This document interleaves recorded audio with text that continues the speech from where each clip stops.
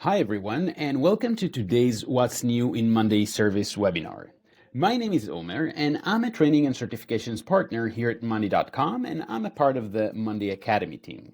Thank you all for joining.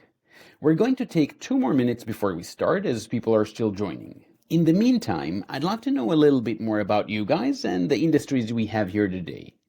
Please write your name, where you're from, and the industry you work in the chat box. While we're waiting, I'll also say that today's webinar will be broken down into two parts. The first half will be a demo of the new Monday service capabilities as well as new platform features. This part is pre-recorded to ensure everything runs smoothly and you get the most out of it, but worry not, we're here during the entire webinar to answer your questions.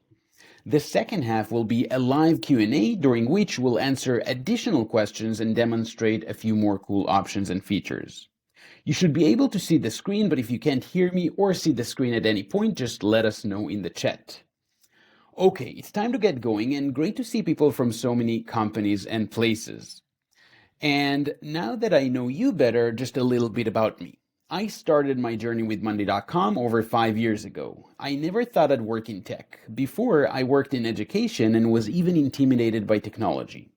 Since joining Monday, I've improved my ability to identify pain points, and I enjoy improving processes and finding technological solutions. And I guess that's something common to many of us here today, and we'll see how the new features and capabilities can make things even easier and faster. That's also why we have the Monday Academy. Our mission is to empower our customers with the knowledge and skills they need to make the most out of the platform through learning programs, certifications, and of course, sessions like this one. With all that in mind, here's what we'll cover today. We kicked things off with a short intro. Shortly, we'll jump straight into the newest Monday service capabilities. Hanan from the service team will demo the updates, show how they work, and explain how you can use them to streamline your processes. Next, Shaked from the customer experience team will show what's new across the broader Monday platform. Features that benefit not just Monday service users, but any team using Monday to manage their work, including yours. After that, we'll open things up for a live Q&A where you can ask us anything about the features presented here today. And finally, we'll wrap up things with key takeaways and resources to help you start using the new capabilities right away. But before that, just a few quick housekeeping notes. If we ask a question, feel free to respond in the chat. If you have any questions at any time during the session, just pop them into the Q&A box and not into the chat. We'll try to answer as many questions as possible today, but if we don't get to yours, you can always reach out to our support team 24/7. And in case you're not sure how, we'll show how to do that towards the end of this session. And with that, I'm excited to hand things over to Hanan Zaguri, a go-to-market manager here at monday.com, who will walk us through the latest Monday service features and capabilities. Hanan, take it away. Thank you, Omer. Hi, everyone. Thank you for joining. Let me share my screen and we'll get started with presenting the new features for Monday service. So again, thank you for joining. Today, we're going to cover 4 different features that have been added to the product. The first one will be the SLA column, time to resolution. The second one will be the smart assignment. Third one will be the Entra Active Directory integration, and the fourth one will be the multiple portals capabilities. So we'll start with the SLA column. The SLA column is a new addition, as you can see right here. Up until now, we used our great core capabilities like the time tracking column and the formula column to generate SLAs.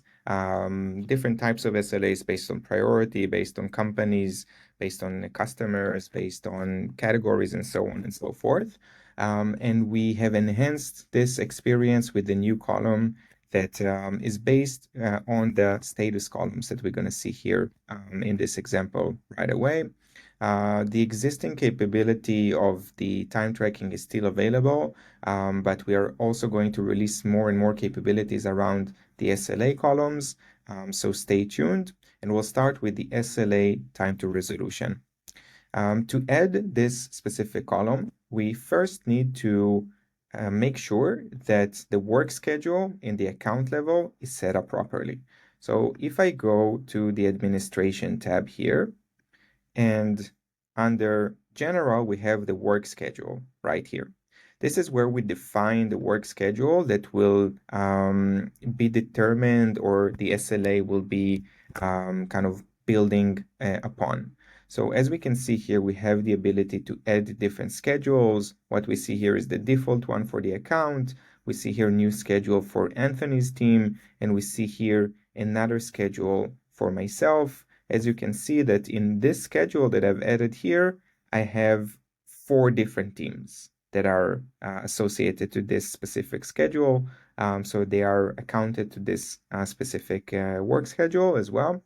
That means that the SLA is not going to count on Sundays and Saturdays, and also off times as well. So if we start 9 a.m. till 5 p.m., that means that outside of these hours, the time tracking is also not going to be, the SLA is also not going to be counted as well.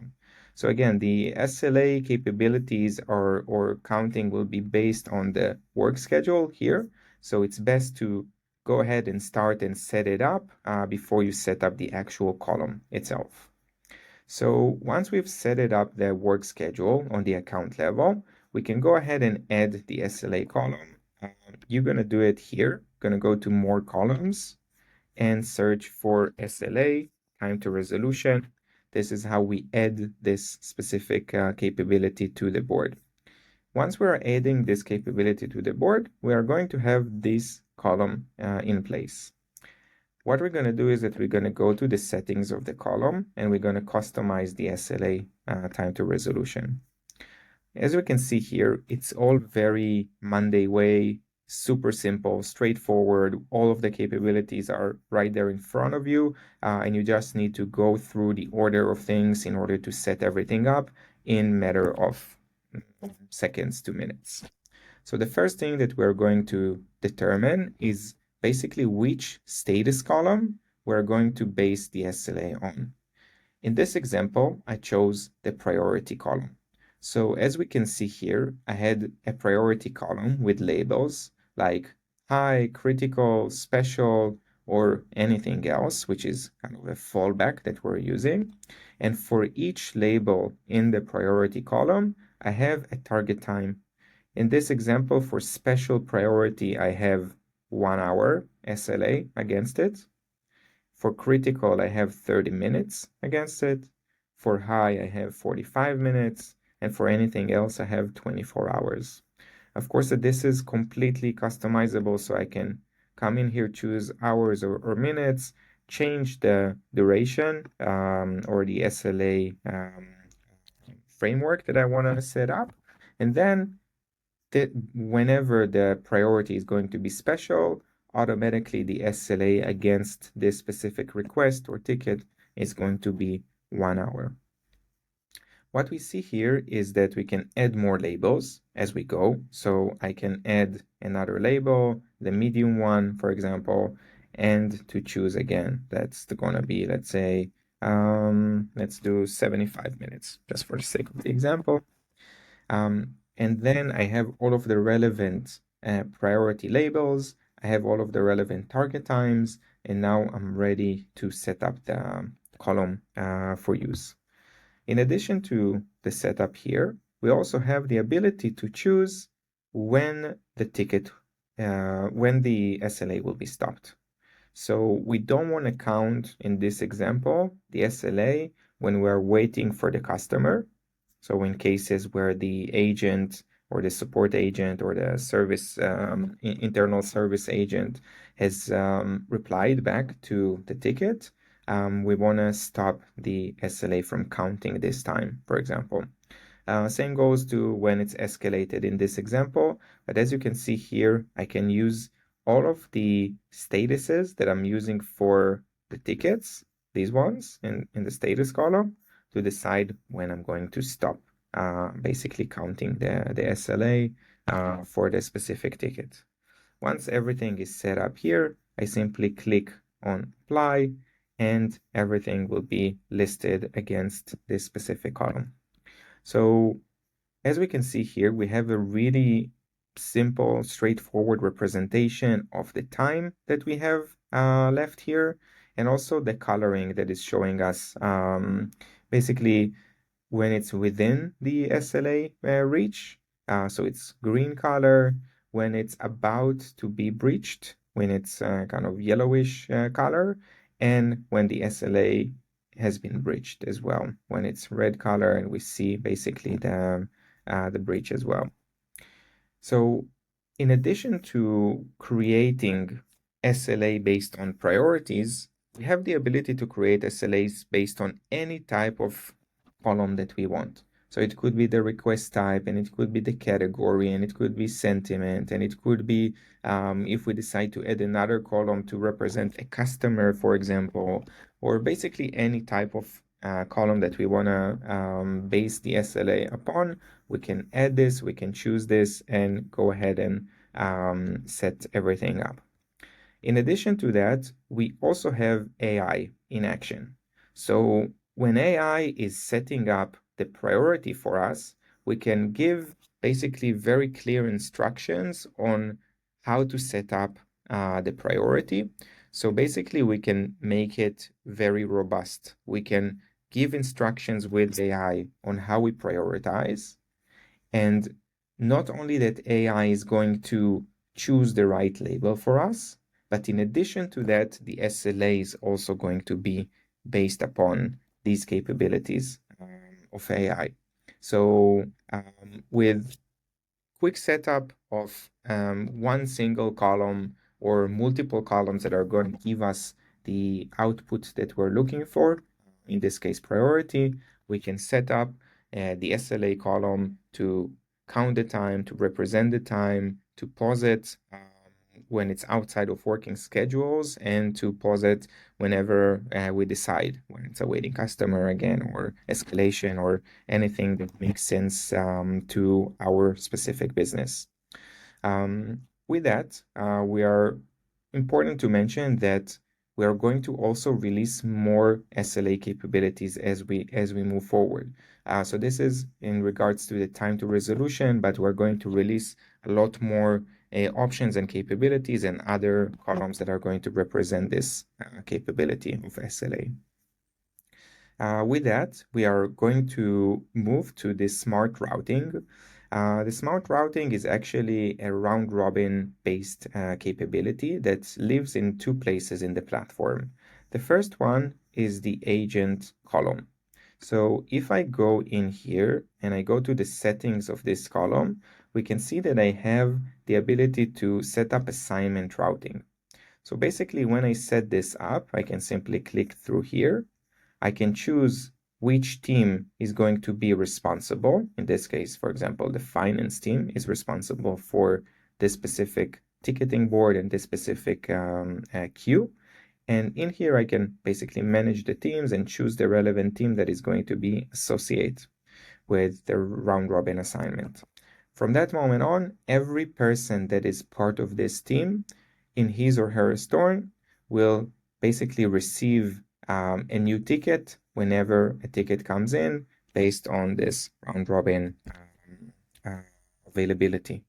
The availability is also being done on the account level. So based on the statuses that I have as a user in my account, so I have my working status here that I can choose from. As you can see here, working from home, out sick, on break, out of office, and so on and so forth. So whenever I'm available based on these statuses, it will be able to assign me in the round robin assignment. In addition to setting it up directly from the column itself, we can also use the workflows in order to do that. So in this workflow here, assignments, I've prepared an example of when we want to kind of maybe split the setup or choose a different person as a manager potentially, but let's see what we have here. So what I decided to do is that I want to, every time that an item is created, or in other words, whenever a ticket comes in, I want to delay for a very short time, in this case 1 minute, just to let AI triage and build all the setup. And then based on the output, I want to take some actions. So in this case, in this example, I decided to go for the categories, as you can see here. So if the status is software, I want you to do these actions. If it's hardware, do this, network, security, etc. Of course, this could be a lot more complex as needed, and we can have different multi-branching capabilities, but let's see what we have here. In this example, I decided that a very specific person will be assigned as the manager in the manager column that we have in the board, just as an example to show that we can also assign specific individuals as part of a workflow when it meets specific criteria. In here, in the hardware, I've added a round robin block, and I decided to add the IT team. So every time we have this type of ticket coming in and triaged and set up as a hardware ticket, then the IT team will be assigned, and the next in line rep from the IT team will be assigned as the agent, will receive all of the notifications as an agent, the accountability, and will basically start and work on the ticket. If it's a software ticket in this example, if I open it up, Team A in this example are the ones who are responsible with the same logic behind the round robin assignment for the teams. So we can build quite complex use cases or workflows and determine based on the criterias of the workflow which team will be assigned, what will be the logic, if we want a specific persona, rather a team, and it could be as complex as we want. And actually, it's a good option to show that we can also add more actions. So in this example, I have the send new email capability in here, so I can add to the workflow as well the ability to send auto replies and emails as well. In this example, we can decide on the two CC and BCC, which are also latest additions that we've added as well. Plus, we can also add more attachments or attachments that are going to be part of the auto reply capability that we have here that is being supported also in the workflow builder, as you can see here. So the CC and BCC and the attachments are also quite new additions that we've added to the product. And also stay tuned because we're also adding the collaborators capability that will be added here and will be added to the capabilities of the workflow as well. So everyone that is collaborating on a ticket, will show it in the next episode, but worth waiting for this one as well. So again, we've seen how we can set up the round robin capability directly from the column in a more straightforward way right here. We've seen how we can do it as part of a workflow to make it in a more kind of advanced or robust or complex cases. And we can also add more capabilities with AI. So if I want to let AI decide on the relevancy or who is the relevant agent to assign, I can also do that. I can add people, as we can see here. When I click here, I can choose the person, and I can choose to add the skills, roles, or any other kind of information that is relevant for assignment in order to support and help the AI with assigning accurately. So as we can see here, I wrote that Omar is handling all hardware related tickets, Nate is handling network, and so on and so forth.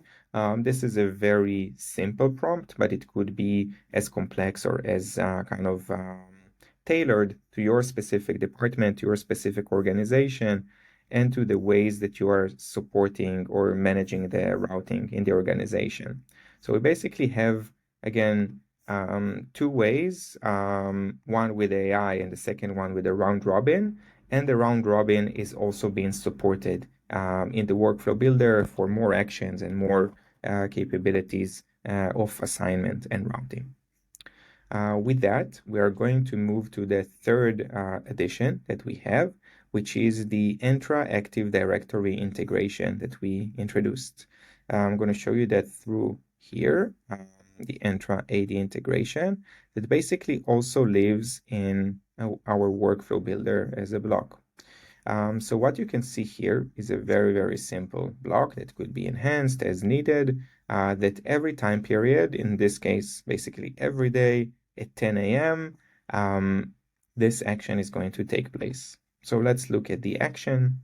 Basically, we have here my Entra Active Directory account. In order to add your account, you simply need to have your tenant ID from Entra Active Directory.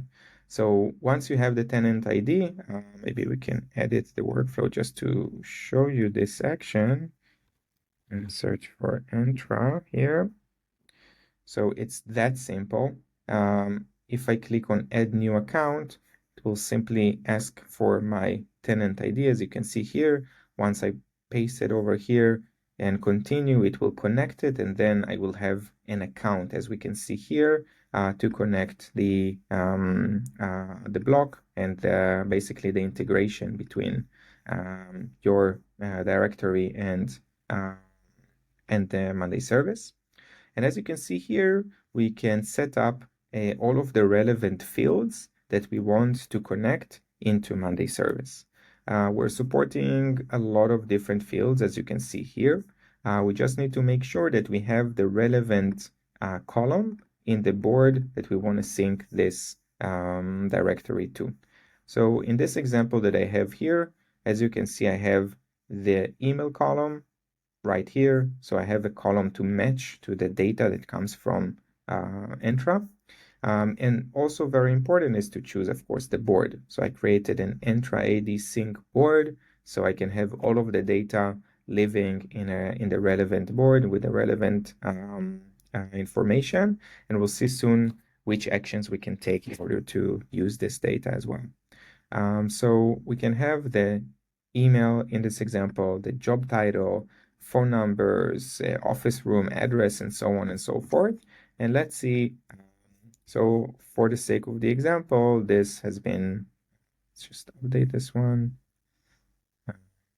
But this has already been running. So as we can see here, this is the run history. It's been running here. And this is the board that has been synced with all of the data.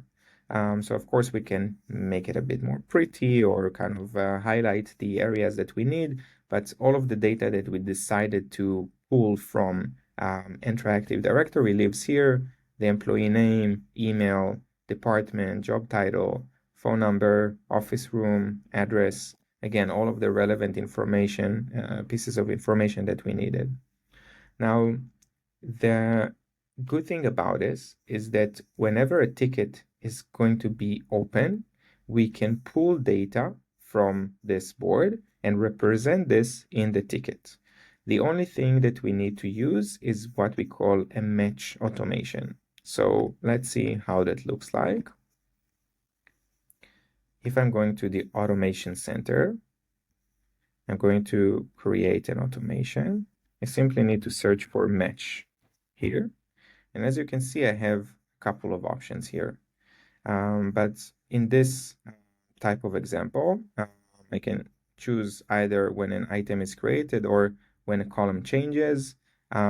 Basically, when a column changes is a more solid option to choose from, especially if we're using AI and we need to add more labels or to categorize labels, and so on and so forth.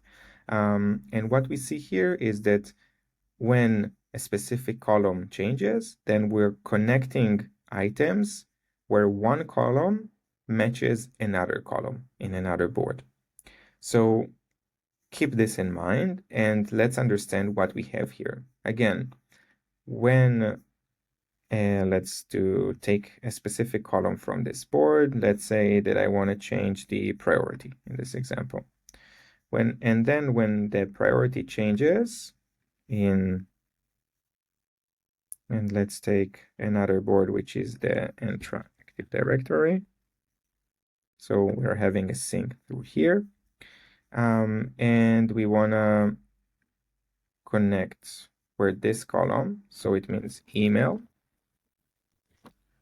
in this example. matches email in another board. So before I'm going to connect, let's again just see what we've done here. When priority columns or any trigger that we decide to set up here, we are going to connect the item where email in the Entra Active Directory matches the email in the ticketing board. And let's choose just the logic writing, and now we can connect the boards. So now we have the full workflow or the full automation running in. So I can create this automation. So again, when priority changes, connect the item where email matches email in the Entra Active Directory and override the changes. So in here, we're going to have a new connect board column, and we simply need to add the mirror columns that we want to add here into the process. So I can choose, as you can see here, for example, let's choose the job title in this example. And let's just connect here someone just for the sake of the example. But as you can see here, the job title is here. I have all of the information that I need. This is the employee. And over here, we can add more mirror columns and to fetch more attributes, basically.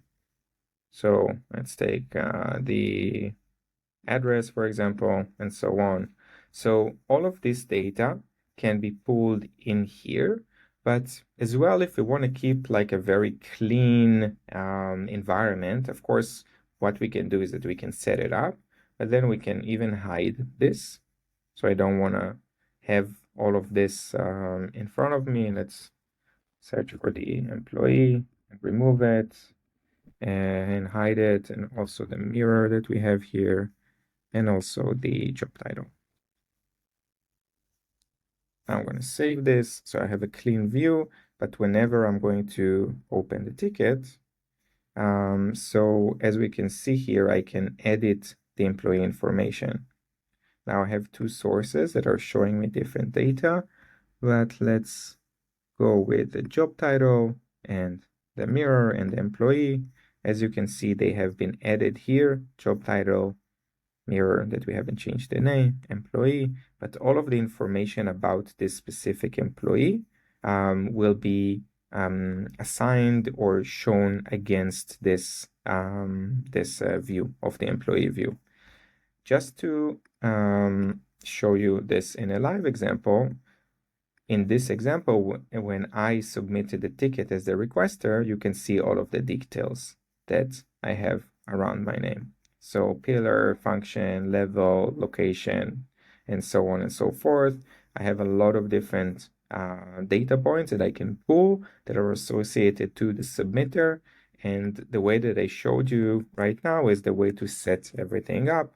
So again, it could be connected to all of the attributes that you have in your Entra Active Directory setup, and we can build on top of that workflows, show the relevant data point, and basically use every single attribute from Entra in order to create the workflow or to enhance the workflow that we're looking for.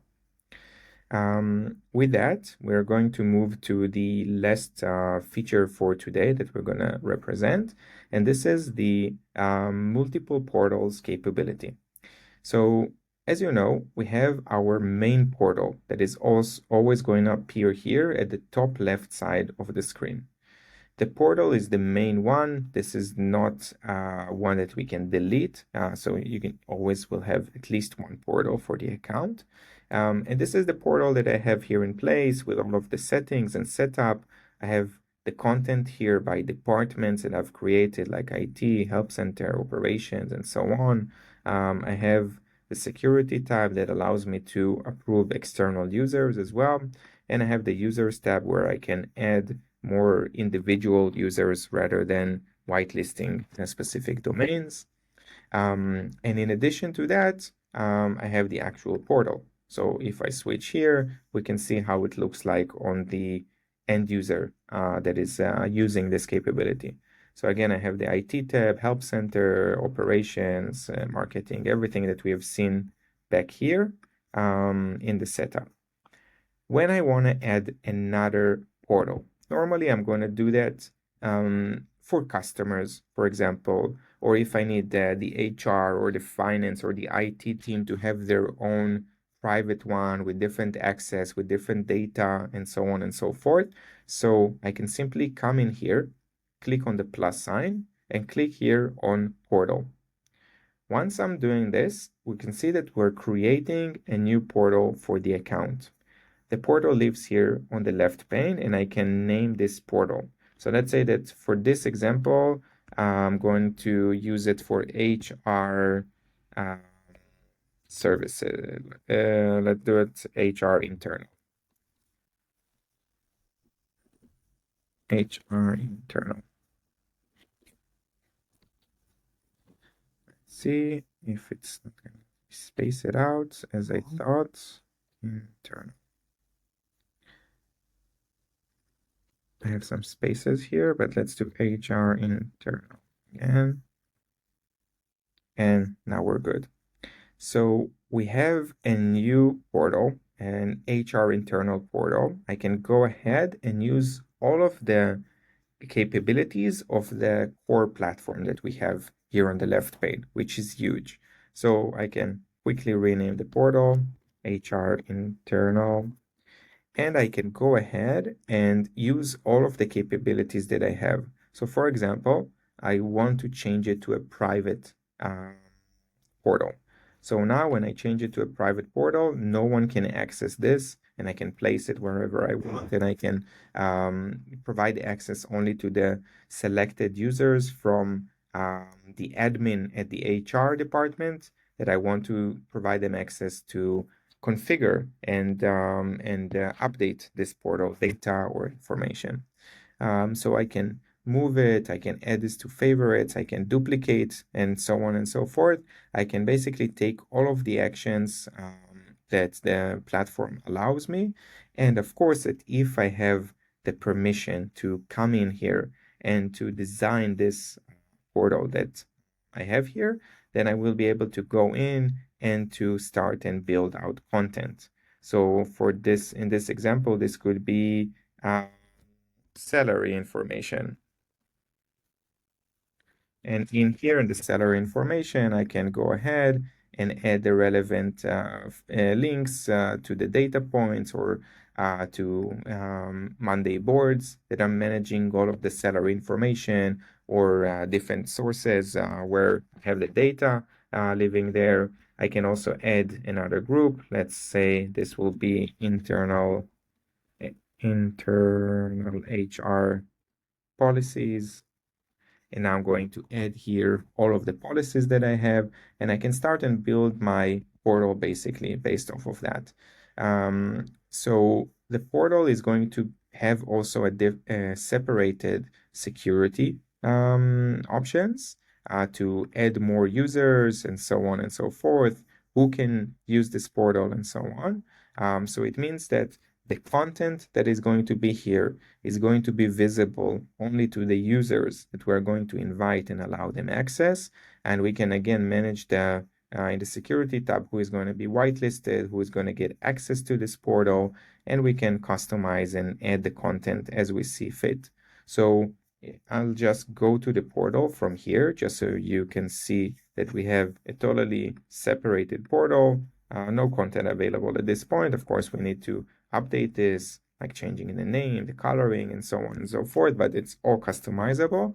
But as you can see here, in my account, in the demo account here, I have the HR internal portal, and I also have this portal, the customer portal that I created here, which is the main one in the account. So they can live side by side, they can live simultaneously at the same time, and the access is being provided only to users who have access.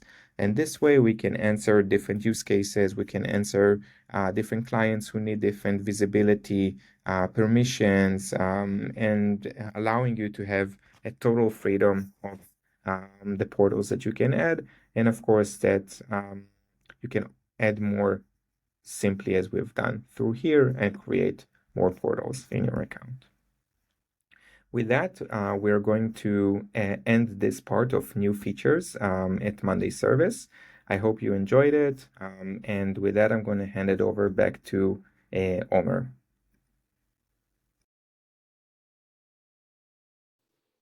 Thank you so much for the presentation and walkthrough. Great insights as always. All right, now it's time to expand and look at the newest enhancements across the entire Monday platform.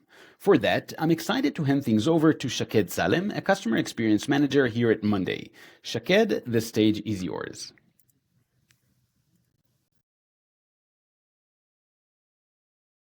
Hey everyone, and welcome to our new features webinar. Thank you all for joining. I'm Shaked from the customer experience team, and I'm really excited to walk us through some new features on the platform. Let's go ahead and jump right in.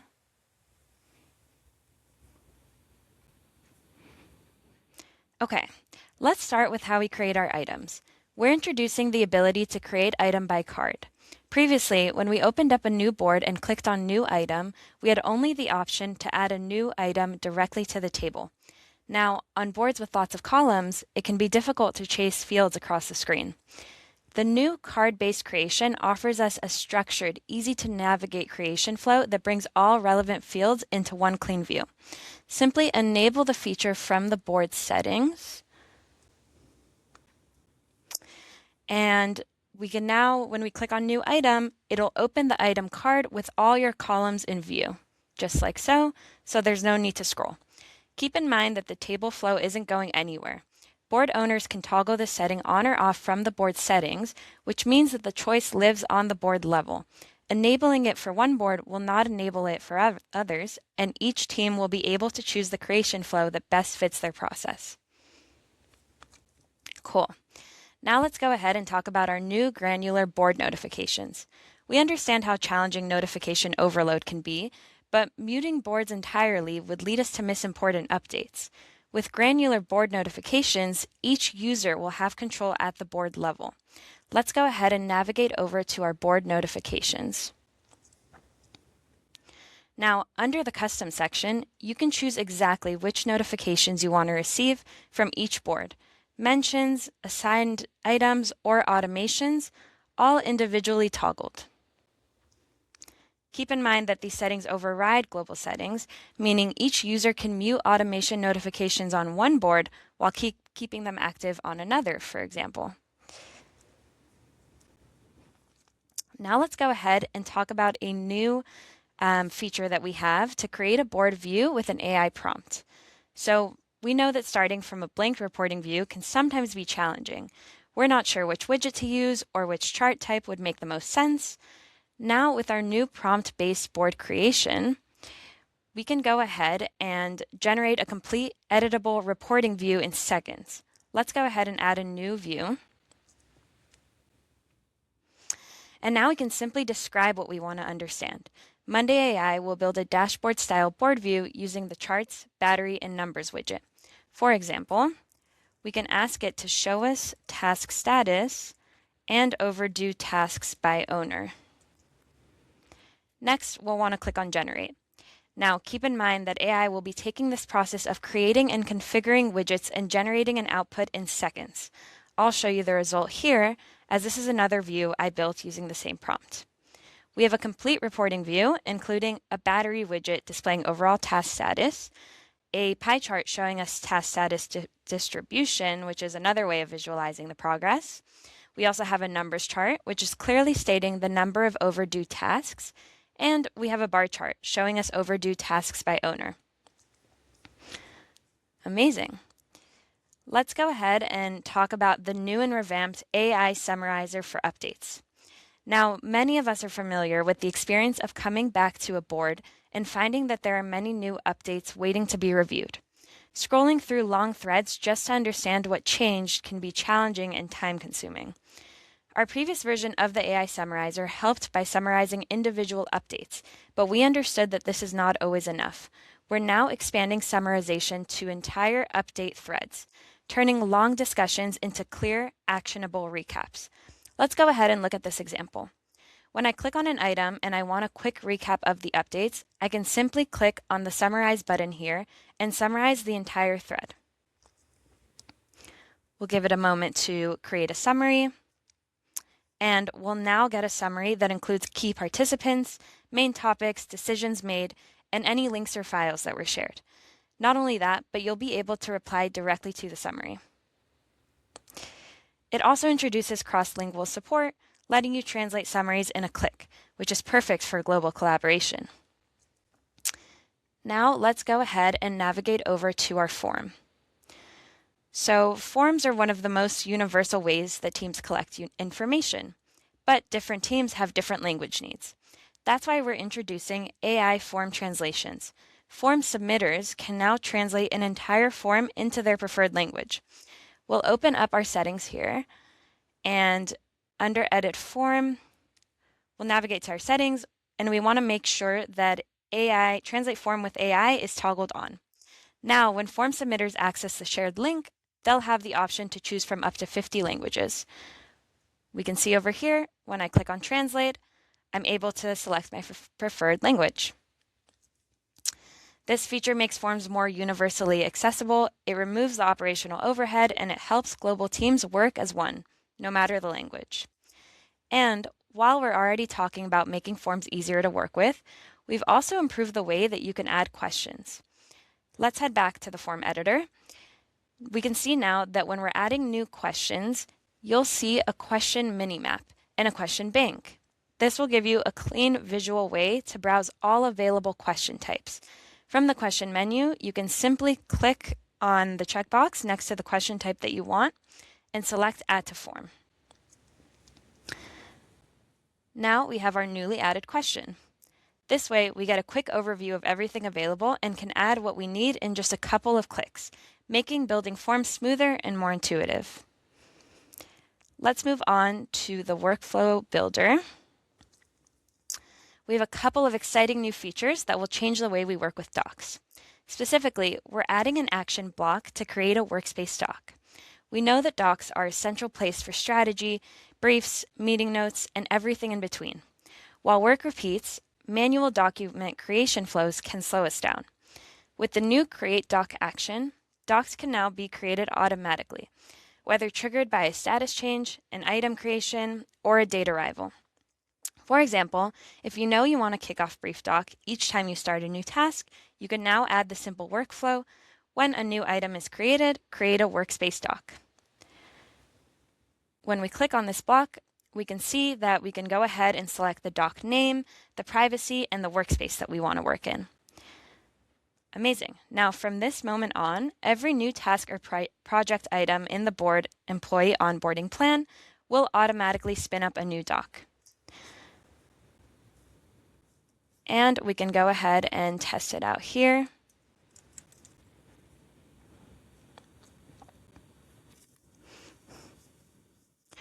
And we'll go ahead and see that a new doc will be created. Perfect. So now we've also upgraded the Workflow Builder with a second feature as well. Our new action to add content to doc. Let's go ahead and navigate to our second workflow. This block allows teams to automatically insert text, data, or structured content into an existing doc based on triggers in their workflows. Whether it's capturing form inputs, adding a weekly summary, or appending key details from an item, you can now automate updates to your docs just like any other part of your process. So in our current workflow, we have when status changes, let's add content to the kickoff brief to populate the latest data. For example, when the status changes to done, we'd like to see that the item has status done. Let's go ahead and test this out and change our status to done. Now, it should update our kickoff brief doc with an update on the item. No more manual copying, missed updates, and your team always works from the latest snapshot. Now let's go ahead and navigate over to another workspace. As your teams begin to scale, you're likely to have boards, dashboards, and docs that are outdated, but it can be hard to know where to start when cleaning up. As a workspace owner, you may have to manually review dozens or even hundreds of boards, which can be overwhelming. With AI cleanup suggestions, workspace owners can now enter a dedicated cleanup mode that automatically surfaces the items most likely to be irrelevant or unused. When I turn on this cleanup mode, the system will filter to show only boards and assets flagged by AI signals. For example, long-term inactivity, low engagement, or even assets without an owner. Each suggestion includes a clear rationale so you understand why it's being recommended. From there, you can go ahead and archive, delete, or view the board and review whether or not you'd like to keep it. Amazing. Okay, let's go ahead and wrap up our webinar today with something really exciting. Monday Vibe. Monday Vibe is our AI-powered app builder that turns a simple prompt into a fully custom secure business app. It uses Vibe coding, and instead of writing code, you describe what you need, and AI will generate the entire app for you. Now, we can go ahead and access it through a board view by clicking on Add View and then Build App from Scratch, or we can go ahead and navigate to monday.com/vibe. To help you get started, we created a guide for best prompting practices. We recommend writing what you're building, who is it for, the tasks it will do, and how will it look and feel. Now, we have great templates to choose from down here, and let's go ahead and use a template to build a sales dashboard. I'm going to go ahead and share this prompt that I've prepared, and remember again, when we click Build It, AI is going to build us a fully functional app, and generation can take 3 to 6 minutes. So I'll just go ahead and show you the finished result over here. And we can see that because this wasn't linked to a board, AI first created a board for us to use. And then we're able to see in our app live metrics as well as Kanban style usage tracking. Now, say you want to edit or customize a custom app that was built by Monday Vibe. Once your first iteration has been built, remember that you can edit or customize what you've already built by simply typing in the chat box. For example, you can add filters, switch to dark mode, or add a chart. We recommend starting small, building iteratively, and remember to be specific. You can always come back and edit what you've built later. And this begins our wrap up for our new features webinar. I really appreciate you all joining today, and remember that this is just the start. I recommend taking the time to explore and really dive into these features because there's a lot to learn and a lot you can build with monday.com. Thank you all so much for joining today, and with that, I'll pass it back to Omer to help us conclude.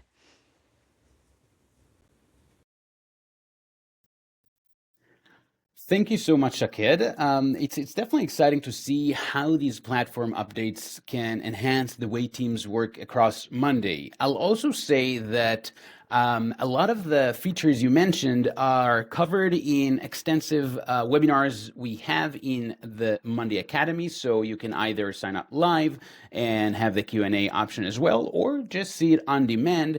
As you can see, we have Monday Vibe designated webinars, so you can definitely watch those as well if you're interested. And without further ado, we'll now open the floor for your questions in our live Q&A. So we'll now take a sip of water and start our live Q&A part of the webinar.